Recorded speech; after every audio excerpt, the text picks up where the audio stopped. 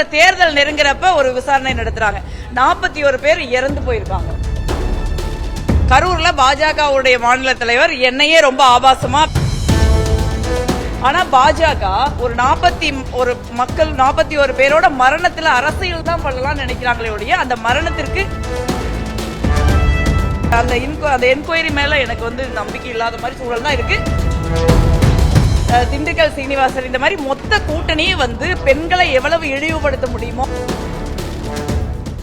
இல்ல, கரூர் விவகாரத்தை பொறுத்த வரைக்கும் அந்த மொத்த என்கொயரியுமே விசாரணையுமே சிபிஐ ஒரு அரசியல் உள்நோக்கத்தோட பாக்குறாங்கன்னு நினைக்கிறேன் நானு. ஏன்னா திடீர்னு விசாரணை நடத்துறாங்க, அப்படியே விசாரணை நிறுத்திடுறாங்க. அப்புறம் தேர்தல் நெருங்குறப்ப ஒரு விசாரணை நடத்துறாங்க. 41 பேர் இறந்து போயிருக்காங்க. ஒரு சின்ன பசங்க பிள்ளைங்க எல்லாரும் அந்த துயரம் இன்னைக்கு எங்க நெஞ்சில இருக்கு. ஆனா பாஜக ஒரு 41 பேரோட மரணத்துல அரசியல் தான் பண்ணலாம்னு நினைக்கிறாங்களே ஒழிய அந்த மரணத்திற்கு ஒரு நியாயம் கிடைக்க செய்யலாம்னு அவங்க நினைக்கலன்னு தான் நான் நினைக்கிறேன். அந்த என்கொயரி மேல எனக்கு நம்பிக்கை இல்லாத மாதிரி சூழல் தான் இருக்கு. நாங்க சிபிஐ என்கொயரி அமைச்சப்பே நாங்க அப்படிதான் நான் சொன்னேன். இப்பவும் நம்ம சொன்னது சரிங்கிற மாதிரி தான் நடந்துக்கிறாங்க. தமிழ்நாட்டில் பெண்களுக்கு பாதுகாப்பு அதிமுக போராட்டத்தில் பேசிய சிவி சண்முகம் முன்னாள் அமைச்சர் பெண்கள் குறித்து அவதூறாக பேசி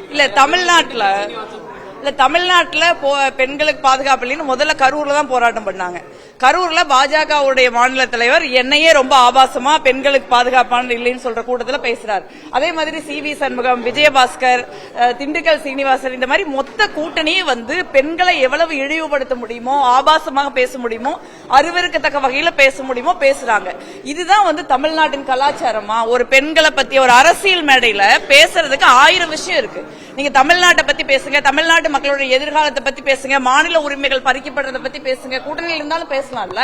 இவன் தமிழ்ல ஒரு மேடை போட்டு பெண்களை அசிங்கப்படுத்துறதுக்காகவே பாஜக அதிமுக கூட்டணி ஒரு மேடை போடுறாங்க அப்படிங்கிறது ஒரு வருத்தமா இருக்கு.